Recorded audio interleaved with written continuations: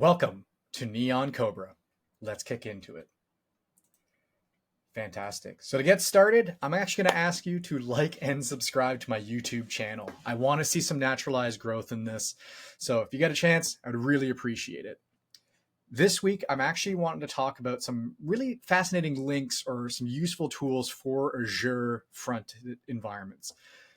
Three I'm going to talk about today have been brought to me by coworkers and people in the channel. So Scott Fox, shout out to him for the Azure FinOps tool, and then Neil Groulx from Synix, partner Synix, for the Azure Orphaned resources we referenced back in an earlier video in the Azure Runbooks. So the three links I want to talk about, there's an Azure FinOps toolkit that Microsoft has released. And essentially it's like a beefed up version of Azure Cost Manager. It'll provide you insights and trend analysis on your environment. There's a little bit of setup required in this, but it's a fantastic tool if you want to get a grasp on kind of what's going on in your environment.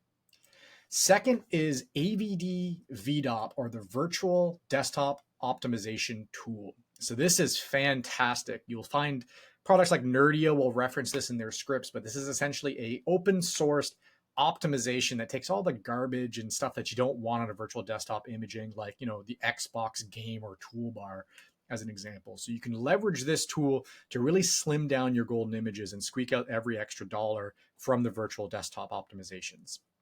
And then the last one is the Azure Orphaned resources. So I referenced this back in an Azure Runbooks video, probably a couple months back. And essentially this tool is meant to go in and see any cost bearing resources that are orphaned, that are not doing anything anymore. The big thing we'll usually see with this is like disks during a backup and restore process. If you don't clean up the disks after, those run you extra dollars. Additionally, IP addressing, network routes, things like that. So it gives you a great centralized view of these items.